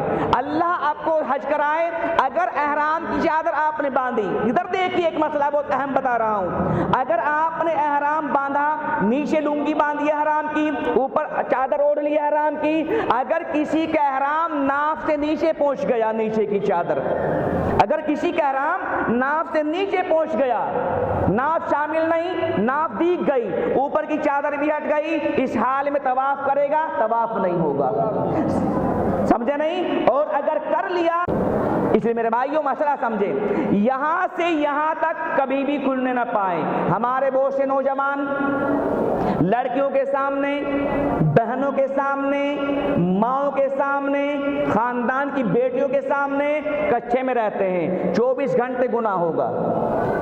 کچھے میں رہنے والے جو ناف سے لے کر گھٹنوں تک کھولے گا، سمجھ لو کہ وہ کبھی بھی اللہ کے یہاں پسندیدہ نہیں ہوگا، اس کو برابر گناہ ہوگا۔ کچھا میں کبھی نہ رہے، کچھا ہو تو کم سے کم ناف کو بھی شامل کریے اور گھٹنوں کو بھی شامل کریے، اتنا نیچا ہو۔ اس لیے اللہ تعالیٰ احرام باندھنے کی تو میں انشاءاللہ کتاب بھی دے کے جاؤں گا مفتی صاحب کو میں بہت سی، لیکن ایک بات بتا رہا ہوں میں آپ سے، احرام باندھنے کا طریقہ سیکھیے، طواف کرنے کا طریقہ سیکھیے، صحیح کرنے کا طریقہ سیکھیے۔ بال بہت سے لوگ جاتے ہیں، اب وہاں پر کچھ لوگ یہاں سے کاٹے، یہاں سے کاٹے، یہاں سے کاٹے، نہیں، بال نہیں کٹیں گے، بال نہیں کٹیں گے۔ میں عمرے میں بیان کیوں کر رہا ہوں؟ یہاں کے کچھ ساتھی جا رہے ہیں، ذرا دھیان دیں۔ عمرہ کس کو کہتے ہیں؟ دلی سے آپ کا احرام باندھ دیا جائے گا۔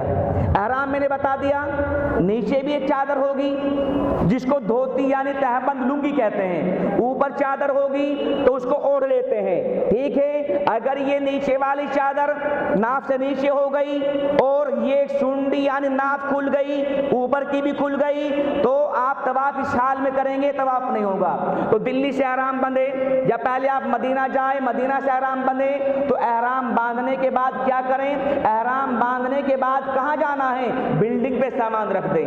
احرام کی پابندی شروع ہو گئی، خوشبو نہ لگائیں، خوشبو نہ لگائیں، خوشبو سے دم لازم آتا ہے، اور اسی طریقے پر صابن کوئی بھی خوشبو ہو، صابن ہو نہانے کا، صابن سے نہ نہائے، منہ بھی صابن سے نہ دھوئے، بلکہ ایسا کریں کہ وہ نیت کرنے کے بعد اب وہ احرام کی حالت میں آ گئے، خوشبو والا صابن استعمال نہیں، عطر استعمال نہیں، مہندی استعمال نہیں، اور یہ تمام چیزیں چھوٹ جاتی ہیں۔ اور وضو بھی ایسے حساب سے کریں جو زیادہ بال نہ ٹوٹنے پائے، وضو بھی ایسے حساب سے کریں جو زیادہ بال نہ ٹوٹنے پائے، ایسے کریں جو اوپر بھی ایسے مسا کریں، اس کے ساتھ ساتھ پھر کیا کریں؟ اس کے بعد یہ کر لیں کہ جو بھی کرنا ہے وہ احتیاط سے کریں، بال بھی ٹوٹنے نہ پائیں۔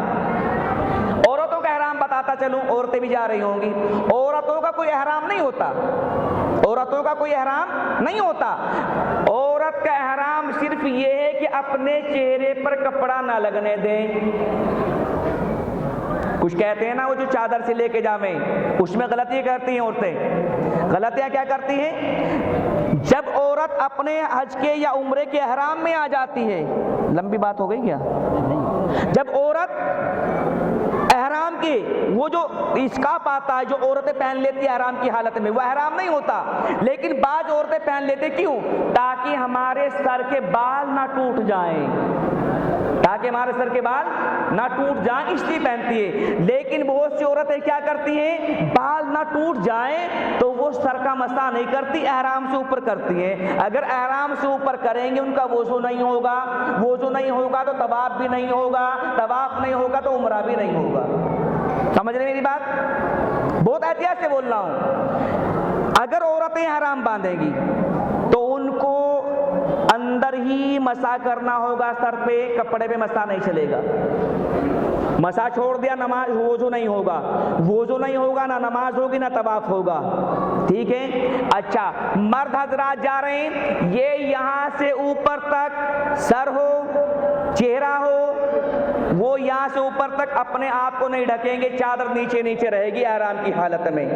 اب جائیں گے بلڈنگ پہ سامان رکھیں گے، بلڈنگ پہ سامان رکھنے کے بعد خانہ کعبے میں یعنی آپ پہنچ جائیں گے حرم شریف میں، جہاں سامنے کعبہ ہوگا۔ اللہ ہم تمام کو وہاں جانے کی توفیق عطا فرمائے۔ کعبہ ہوگا، کعبے کے اوپر جب نگاہ پڑے جو چاہے مانگے، انشاءاللہ سب دعائیں مقبول ہوں گی۔ اس کے بعد کعبے کے کونے پر ہری لائٹ لگی ہوئی ہے، ادھر کونے پر حجر اسود لگا ہوا ہے، یہاں سے دائیں طرف کو طواف شروع کریں گے، 7 چکر ہو جائیں گے۔ یہ مفتی صاحب انشاءاللہ بتاتے رہیں گے۔ یہ بڑی خوشی ہوئی ہے یہاں کے لوگوں میں مجھے کہ یہ مفتی صاحب کو ساتھ لے کے جا رہے ہیں۔ لیکن مفتی صاحب کو کیوں بتا رہا ہوں میں؟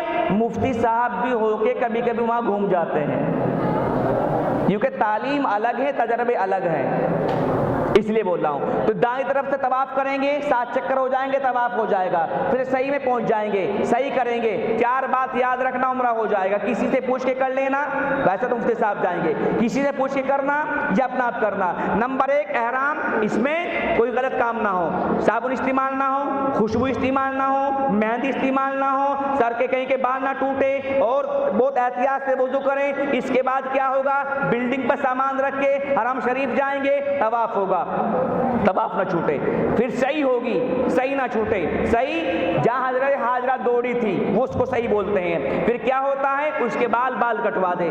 بال کٹوانے کے طریقے 2 ہیں، تیسرا نہیں ہے۔ 2 نمبر 1 پورے سر پہ مشین پھروا دے، اس میں ثواب ملے گا سنگل، ٹھیک ہے۔ نمبر 2 پورے سر پہ اس طرح پھروا دے، بالکل ڈھوبری بنوا دے، اس کی سر کی کھوپڑی بالکل نظر آ جائے۔ یہ ہوتا ہے اسپیشل، یہ ہوتا ہے کیا؟ اسپیشل۔ ہم ثواب کمانے جاتے ہیں تو ہم اس طرح لگوائیں، ٹھیک ہے۔ اب کبھی کبھی کیا ہوتا ہے، آج ہم نے کر لیا، کل کو پھر عمرہ کریں گے حضرت عائشہ مسجد سے یا جارانہ مسجد سے یا طائف سے، تو اگر دوبارہ عمرہ کریں گے سر پہ بال نہیں آئے، اب کیا کریں؟ بال ہو یا نہ ہو، اس طرح پھروانا ہی پڑے گا، چاہے 2 طواف کو عمرے کریے چاہے 4۔ یہ میں نے عمرے کی بات بتا دی، اللہ تعالیٰ مقبول فرمائے۔ بہرحال بات لمبی نہ ہو جائے، تو انہوں نے فرمایا آج ہمارے یہاں کیا ہوتا ہے، یہ کپڑا ہونے کے باوجود بھی لوگوں کے 22 نمبر گیٹ کھل رہے ہیں۔ آج نیت یہ کرے انشاءاللہ نہ نمازوں میں اور نہ طواف میں، یہاں سے یہاں تک جگہ نہیں کھلے گی، ٹھیک ہے۔ تو فرمایا کچھ ہے ہی نہیں آپ کے پاس؟ فرمایا یا رسول اللہ کچھ بھی نہیں ہے، بس یہ لنگی ہے، یہ لنگی ہے، آدش کو دے دے، آدش کو۔ فرمایا نہیں۔ اب یہ صحابی بیچارے مایوس ہو کے چلے گئے۔ ایک صحابی بیٹھے ہوئے تھے، سہل بن سعد رضی اللہ تعالیٰ عنہ۔ فرمایا سہل جی یا رسول اللہ، بلاؤ میرے صحابی کو بلاؤ۔ سہل بن سعد رضی اللہ تعالیٰ عنہ دوڑے پہنچے، فرمایا اللہ کے بندے تجھے اللہ کے پیغمبر بلا رہے ہیں۔ فرمایا کیا کروں گا جا کے؟ میں تو اللہ کے رسول سے کہا تھا عورت کا نکاح مجھ سے فرما دیجئے، مگر میرے پاس تو مہر کا انتظام نہ ہو سکا، میرے پاس مہر کے پیسوں کے لیے مزدوری کرنے گیا تھا، مزدوری بھی نہ مل پائی، قرض لینے کے لیے گیا تھا، قرض بھی نہ مل پایا، اب کیسے مجھے بیوی ملے گی؟ فرمایا نہیں چلو، ہو سکتا ہے اللہ کے رسول کے ذہن میں کوئی اور بات آ گئی ہو، تمہاری بیوی کا انتظام ہو جائے۔ وہ صحابی واپس آئے، فرمایا اللہ کے رسول اب کیا کروں، کہاں جاؤں؟ فرمایا یہ بتا دو کہ تمہارے پاس کوئی انتظام نہیں ہے تو یہ بتاؤ قرآن بھی یاد ہے کہ نہیں ہے؟ کیا فرمایا؟ یہ کیسے ہیں 200 روپے ہیں؟ اچھا مجھے دیے کیا؟ پوری رات بیان کرتا رہوں گا؟ بس ٹھیک ہے، یہ بیچارے محبت میں دے رہے ہو۔ فرمایا کچھ بھی یاد کچھ بھی نہیں ہے کہ؟ فرمایا قرض بھی نہیں ملا کہ نہیں ملا، مزدوری نہیں ملی کہ نہیں ملی؟ فرمایا اچھا یہ بتاؤ تمہارے قرآن یاد ہے؟ فرمایا ہاں یا رسول اللہ قرآن تو یاد ہے۔ کتنا؟ فرمایا یہ سورت بھی یاد ہے، یہ سورت بھی یاد ہے، یہ سورت بھی یاد ہے۔ فرمایا بس بیٹھ جاؤ، جتنا قرآن تمہیں یاد ہے اس عورت کو مہر میں یاد کرا دینا، تمہارا نکاح ہو گیا۔ جتنا قرآن تمہیں یاد ہے اس عورت کو اتنا مہر میں یاد کرا دینا، تمہارا نکاح ہو گیا۔ معلوم یہ ہوا ہے قرآن اتنی بڑی دولت ہے کہ آج مسلمان اس کو چھوڑے ہوئے ہیں۔ فرمایا کہ کوئی چیز نہیں ہے، اس عورت کو مہر میں قرآن یاد کرا دینا، تمہارا نکاح ہم نے اس عورت سے کر دیا ہے۔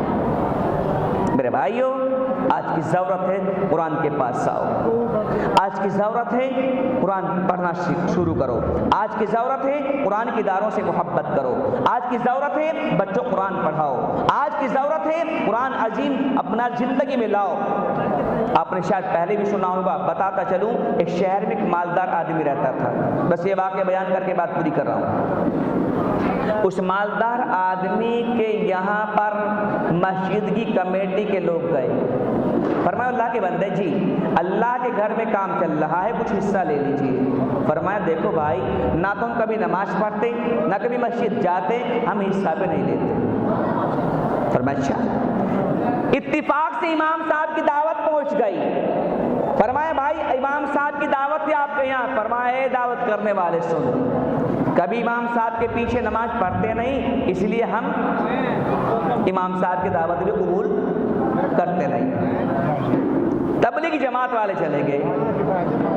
اب تبلیغ جماعت والوں نے کہا بھائی اللہ کے بندے یعنی اللہ کے مہمان آئے ہوئے ہیں، آپ ملاقات کر لیجئے. فرمایا ہمیں تمہارے سے ملاقات کی ضرورت نہیں ہے. کہ ٹھیک ہے جی. اللہ تعالیٰ نے بیماری دی اور ایسی بیماری آئی اس بندے کو کہ ہاسپٹل گئے. ڈاکٹروں نے کہا جلدی اٹھاؤ جلدی اٹھاؤ جلدی اٹھاؤ، کسی اور کمر سے لگ جائے گا، یہ واپس لے آئے. درد زیادہ تھا. کسی رشتہ دار نے کہا بھئی ایسا کر لو، جب ڈاکٹر نے جواب دے دیا تو مولانا مفتی حسین صاحب کو بلا لو، یعنی امام صاحب کو بلا لو، کچھ دم کر دیں گے. ایک آدمی گئے امام صاحب کہ جی جلدی چلو بھائی صاحب کی طبیعت خراب ہے.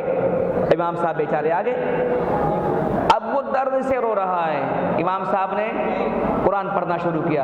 اعوذ باللہ من الشیطان الرجیم، بسم اللہ الرحمن الرحیم، الحمد للہ رب العالمین الرحمن الرحیم مالک یوم الدین، ایاک نعبد و ایاک نستعین، اہدنا الصراط المستقیم، صراط الذین انعمت علیہم غیر المغضوب علیہم ولا الضالین.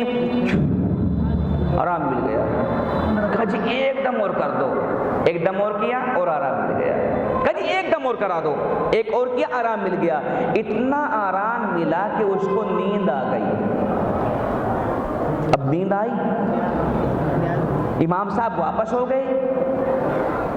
کچھ دیر کے بعد آنکھ کھلی، گھنٹہ ڈیڑھ گھنٹے کے بعد. کہا امام صاحب کو بلاؤ. جو کل امام کا نام لینا پسند نہیں کرتا تھا، آج اللہ بار بار امام امام کروا رہا ہے. امام صاحب سے گئے. امام صاحب کہ جی جلدی چلیے بھائی صاحب کی طبیعت خراب ہو گئی. صدر صاحب نے کہا، مسجد کے صدر نے، امام صاحب آپ دم کرنے نہیں جاؤ گے؟ کہ کیوں؟ ارے یہ وہی کم بخت ہے جو مسجد میں حصہ نہیں لیتا تھا، آپ کی دعوت قبول نہیں کرتا تھا، آپ بھی نہیں جاؤ گے. انہوں نے منع کر دیا. اب رشتہ داروں کو پتا چلا تو رشتہ داروں نے کہا بھائی تو بات بہت گڑبڑ ہو جائے گی. ایسا کر لو میں بازار جاتا ہوں، وہاں سے ٹیپ ریکارڈ لاتا ہوں اور امام صاحب کو تم بلا لو اور ایک مرتبہ بلا لو. اس کم بخت کے لیے امام صاحب بار بار کہاں سے آئیں گے؟ اور جب امام صاحب دم کرنے کے لیے آئیں گے تو امام صاحب کی آواز کو اس ٹیپ ریکارڈ میں ریکارڈ کر لیں گے. بس سب سے اچھا رہے گا ڈیزائن. وہ ٹیپ ریکارڈ لائے، امام صاحب کو بلایا. چپکے سے وہ بیچارے صدر کو دیکھتے، سیکریٹری کو دیکھتے آئے. فرمایا امام صاحب قرآن زور سے پڑھو. زور سے پڑھا. اعوذ باللہ من الشیطان الرجیم، بسم اللہ الرحمن الرحیم، الم نشرح لک صدرک ووضعنا عنک وزرک الذی انقض ظہرک ورفعنا لک ذکرک فإن مع العسر یسرا ان مع العسر یسرا فإذا فرغت فانصب وإلی ربک فارغب. آرام مل گیا. انہوں نے کہا امام صاحب آپ جاؤ. کہ کیوں؟ کہ اب تو ہم نے آپ کو ٹیپ ریکارڈ میں فٹ کر لیا، اب آپ کی ضرورت نہیں ہے. امام صاحب چلے گئے. اب جب بھی اس کو درد ہوتا تو کہتا امام صاحب کو بلاؤ، تو ٹیپ ریکارڈ کا بٹن دبا دیتے. ٹیپ ریکارڈ کا بٹن جیسے ہی دباتے تو کیا ہوتا؟ اس کو آواز سکون مل جاتا. اسی طرح کرتے کرتے کرتے کرتے 3 دن ہو گئے. 3 دن کے بعد اس مریض کی، اس مالدار آدمی کی آنکھ کھلی. گھر والوں کو دیکھا. پھر زبان کھلی تو زبان سے اللہ نکلا. اور ادھر اللہ نکلا، ادھر موت کا فرشتہ آیا، روح نکال کے صاف ہو گیا. اب سارے میں شور مچ گیا. ایسا کمبخت انسان، ایمان پہ خاتمہ، قرآن کو سنتے سنتے خاتمہ، جو مسجد میں حصہ نہیں لیتا تھا، امام کی دعوت قبول نہیں کرتا تھا، تبلیغی جماعت کا ساتھ نہیں دیتا تھا، وہ آج دیکھو اللہ اللہ کرتا مر گیا. بہن اس کی کھڑی ہوئی تھی، اس نے کہا میں بتاؤں گی میرے بھائی کا ایمان پہ قرآن کو سنتے سنتے خاتمہ کیوں ہوا ہے. فرمایا کیوں؟ کہ میری شادی کا ٹائم تھا. میں نے کہا بھائی مجھے کپڑے دلوا کے لاؤ. میرے بھائی نے مجھے گاڑی میں بٹھایا.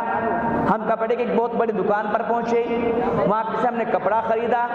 میں نے 1 جوڑا خریدا, 2 خریدے, 3 خریدے, 4 خریدے, 5 خریدے, 6 خریدے, 10-10 ہزار کے بھی خریدے. میں نے کہا بھائی صاحب خرید لیا, آپ بل دے دو.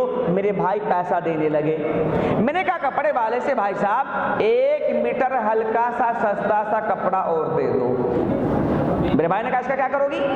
فرمائے بھائی گھر میں قرآن ہے نا, اس کا جزدان سل دوں. فرمایا کم بخت, اپنے پہننے کے لیے قیمتی جوڑے خرید رہی ہے اور قرآن کے لیے ہلکا سا سستا سا مانگ رہی ہے, شرم نہیں آتی؟ اے کپڑے والے, جو تمہاری دکان میں سب سے قیمتی کپڑا ہے قرآن کے لیے وہ نکالو, اور 1 میٹر نہیں, جتنے جوڑے میری بہن نے خریدے ہیں اتنا ہی میٹر نکالو. اور مجھے یوں کہا میری بہن جب تم نیا جوڑا پہنو گی تو قرآن کو بھی نیا جوڑا پہنانا ہوگا. اس قرآن کو نیا جوڑا پہنانے کی برکت سے آج اللہ نے میرے بھائی کا قرآن کو سنتے سنتے ایمان پہ خاتمہ کیا ہے. آج اپنے گریبانوں میں جھانک کر دیکھو, 10 سال سے لے کر 70 سال کی عمر تک کے لوگ بیٹھے ہوئے ہیں. آج کوئی ہے جو یوں کہہ دے کہ مولانا میں اپنا کپڑا خریدنے کے لیے گیا تھا, 4 میٹر کا سوٹ یا 5 میٹر اپنے لیے لایا ہوں اور 1 میٹر قرآن کے لیے بھی لے کے آیا ہوں؟ ہے کوئی؟ کیا قرآن کو نہیں چاہتا؟ کیا ہم نے قرآن کو گھروں سے نکال دیا ہے؟ یا قرآن کے لیے ہمارے پاس کپڑا بھی نہیں ہے؟ گھر میں جاؤ قرآن پہ جالے لگ گئے, مدرسے میں آ رہے بچوں قرآن پہ جزدان نہیں ہے.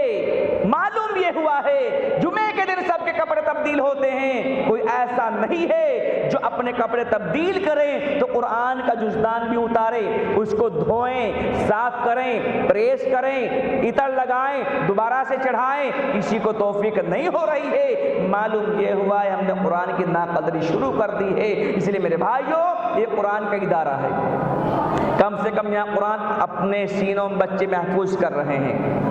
اپنے بچوں کو قرآن کے حافظ بناؤ, لڑکیوں کو بھی حافظہ بناؤ, لڑکیوں کو عالمہ بناؤ. خدا کی قسم آج ہی عالمہ بنے گی, کل تمہارے بچے حافظ قرآن ہوں گے. جب تک تمہارے گھروں میں حافظ قرآنوں کی لائنیں نہیں لگیں گی جب تک سکون نہیں ملے گا. حافظ قرآن بناؤ, اس کے بعد بزنس چلاؤ, کچھ بھی کراؤ, سب کچھ ہوگا, لیکن سب سے پہلے حافظ قرآن بناؤ, اس کے بعد MBBS بناؤ, اس کو MAS کراؤ, اس کو ڈاکٹر بناؤ, اس کو انجینئر بناؤ, اس کو ماسٹر بناؤ, اس کو وکیل بناؤ, اس کو جج بناؤ. لیکن سب سے پہلے اپنے بچوں کو حافظ قرآن بنانے کے بعد پھر یہ کام اٹھاؤ, انشاءاللہ بچے کامیاب ہوں گے. ہم نے جب علی گڑھ مسلم یونیورسٹی میں جا کے معلوم کیا کہ اچھے نمبرات سے کون سے بچے یہاں پر پاس ہوتے ہیں, فرمایا جو بچے حافظ قرآن آتے ہیں وہ اچھے نمبرات سے یہاں پر پاس ہوتے ہیں. اس لیے آج کتنے لوگ جو ہاتھ اٹھا کر یہ کہیں کہ انشاءاللہ تبارک و تعالی اپنے بچوں کو حافظی بنائیں گے اور انشاءاللہ دنیا کی تعلیم بھی برابر سکھائیں گے سب انشاءاللہ. یہ ہاتھ اٹھاتے ہو سکھاتے بھی ہو ماشاءاللہ. ویسے یہاں پر بھیڑ لگ رہی ہے بچوں کی. یہ آپ کا ادارہ اتنا بہترین طریقے پر چل رہا ہے, آپ لوگ ساتھ دیتے رہیے. انشاءاللہ اسی مدرسے سے حافظ قرآن کے ساتھ ساتھ یہاں پر انشاءاللہ اللہ نے چاہا انٹر بھی ہوگا اور ہائی اسکول بھی ہوگا. آپ لوگوں نے انشاءاللہ اگر ہمت رکھی تو مفتی صاحب کے ارادے بہت اونچے ہیں. انشاءاللہ یہیں سے بچیاں بھی اور لڑکے بھی انٹر کر کے اور عالمہ بن کے واپس ہوں گے انشاءاللہ تبارک و تعالی. اس کام کو آگے بڑھانے کے لیے آپ حضرات سے میں ایک سوال کر رہا ہوں, ایک اللہ کا شیر ایسا ہے کوئی جو آج اس مدرسے کے لیے 2 لاکھ روپے پہ ہاتھ اٹھا دے؟ 3 تو بعد ہی میں کریں گے, پہلے اپنے تو دے دے, وہ بیوی کے تو بعد ہی میں. ہمارے پتہ لگا تھا بھائی نفیس احمد صاحب ابن پردان فرقان احمد صاحب, کہ انشاءاللہ ان کا ارادہ اس سال یہ ہے کہ ہم انشاءاللہ اس کو انٹرویو کرائیں گے اور ہائی اسکول بنائیں گے، اور انشاءاللہ جلسے میں ان کا ارادہ یہ ہے کہ انشاءاللہ وہ 2.5 یا 3 لاکھ روپے دیں گے۔ آپ لوگ سب ان کے نام کا نعرہ لگائیے، اللہ ان کے ایمان کو تازگی عطا فرمائے گا، پھر ان کی زبان پر 3 لاکھ کا نعرہ آئے گا، اور انشاءاللہ ہمارے اس مدرسے کا بڑا فائدہ ہوگا۔ پھر جو بچے یہاں پر حافظ قرآن بنیں گے ہم تمام کو اس میں حصہ ہوگا۔ نعرہ تکبیر! مجھے تو ایسا لگ رہا ہے کہ اللہ اکبر کہنے کے لیے بھی کرائے پہ لانے پڑیں گے لوگ، ٹھیک ہے بات نہیں؟ نعرہ تکبیر! اور تھوڑا سا زور سے بول دو، نعرہ تکبیر! نفیس بھائی کے 3 لاکھ، آمین تو کہہ دو یار، ٹھیک ہے نہیں؟ کیونکہ مجھے بھی جلدی ہے، ٹائم زیادہ ہونے کو ہے۔ وہ میرے اصل میں عمرہ میرے سامنے آ گیا تو میں نے سوچا عمرہ بتا دوں، کم سے کم عمرہ کیسے ہوتا ہے، اسی لیے ٹائم زیادہ ہو گیا۔ مجھے پہلے عمرے کا معلوم نہیں تھا کہ عمرے میں بیان کرنا ہوگا، لیکن میں نے کر دیا اس وجہ سے تاکہ پتہ چل جائے عمرہ کس کو کہتے ہیں۔ 4 چیزوں کا نام عمرہ وہ میں نے بتا دی، نمبر 1 احرام، نمبر 2 طواف، نمبر 3 سعی، نمبر 4 بال کٹوانا یعنی حلق یا قصر۔ تو ماشاءاللہ پوچھو بھائی کہاں ہے نفیس بھائی؟ کتنے؟ ابا جی تو ماشاءاللہ یوں کہہ رہے کہ حساب کتاب دے دیا بیٹے کو، ٹھیک ہے بات نہیں؟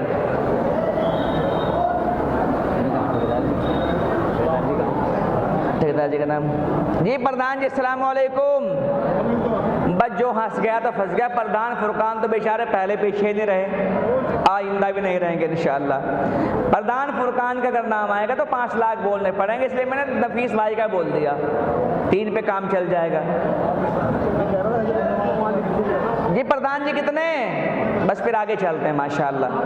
ہے جی آ رہے ماشاءاللہ، یہ کہہ رہے ہیں انشاءاللہ چائے کی لکھ کے لا رہا ہوں، اللہ مقبول فرمائے۔ ویسے یہاں ماشاءاللہ الحمدللہ سب لوگ لگے ہوئے ہیں، اللہ تعالیٰ سب کو ہر طرح کی کامیابی عطا فرمائے، ماشاءاللہ جزاک اللہ۔ پردھان محمد فرقان اپنے والد حاجی رحیم الدین اور والدہ رحمتی مرحومہ کے ایصال ثواب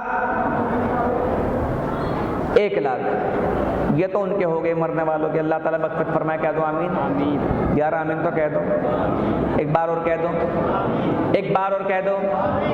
اللہ ان کے والد اور والدہ کو جنت کی دکھائے بہار۔